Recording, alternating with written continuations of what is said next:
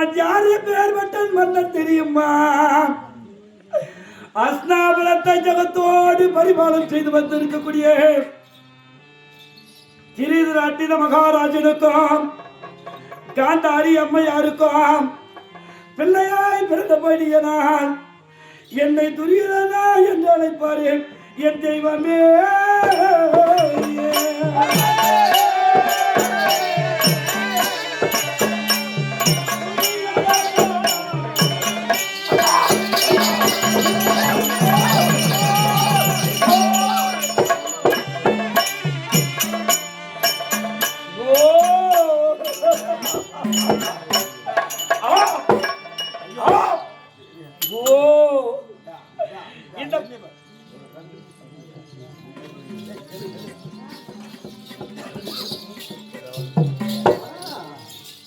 அதாவது கேளுங்கள் தாய்மார்களே, தந்தைமார்களே. துரியோதனன் சொந்த உடம்பால வரல, பீமன் கதையால அடித்து தொட்ட முறிஞ்சி உயிராக போய்விட்டது.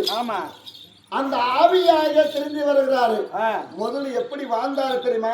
60 அடி தங்க சிமாகனம், 70 அடி உயரம், 60 அடி அகலம், 10,000 சிங்கபலம் எடுத்த மதம் கொண்ட ஏழையை போல மதம் என்று சொல்லக்கூடிய துரியோதனம். அப்பேறப்பட்ட கை ஆகப்பட்டது தனரக படைத்த கை.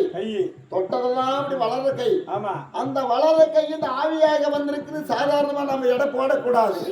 நீங்களாம் வந்து தாய்மார்களெல்லாம் தனரகப்படுத்தி நம்ம மனித வாழ்வு ஒரு கொஞ்ச நாள் வாழ்வு வாழ்ந்தாலும் நம்ம ஒரு சரித்திரமான வாழணும், நல்ல பேராட வாழணும்.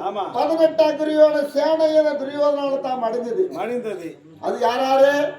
பாஞ்சாலி ஒண்ணு, கிருஷ்ணன் ஒண்ணு, ஜெகனி ஒண்ணு, 3 பேரு சேர்ந்தாங்க ஒரு குடும்பத்தை கெடுக்கிறதுக்கு. அப்பேறப்பட்ட துரியோதனம் கிடையாது. உத்தமன் நல்லவன் தர்ம நீதி படைத்தவன் துரியோதனம். ஆனா அவங்களால முடிஞ்சு காணியை வந்து கையில் வைத்து அந்த கையை தொட்டு கும்பிட்டா நம்மள எத்தனையோ புண்ணியம் பாக்கியம் தர்மம் எல்லாம் கிட்டமா. அது மாதிரி உங்களால முடிஞ்சதை வந்து செய்யுமா, நல்லது கிட்டம். சொர்க்க வாசல் சொல்லக்கூடிய உயிரா இல்லாத கட்டை, உடல் கட்டை கிடையாது. ஆவியாக வந்திருக்கிறாரு. வந்திருக்கிற போது வணங்கி சென்றால் பாவம் கர்மங்கள் எல்லாம் நீங்கி விடுமா. அப்பேறப்பட்ட துரியோதன மன்னன் உத்தமம் யாருக்குமே தெரியாது, உள்ளுல ஊருக்கு தெரியாதான். உத்தமன் சொல்லக்கூடிய ஆவியாக வந்திருக்கிறாரு. உங்களால முடிஞ்சா வந்து செஞ்சுட்டு போலாம், தர்மம் கிட்டும்.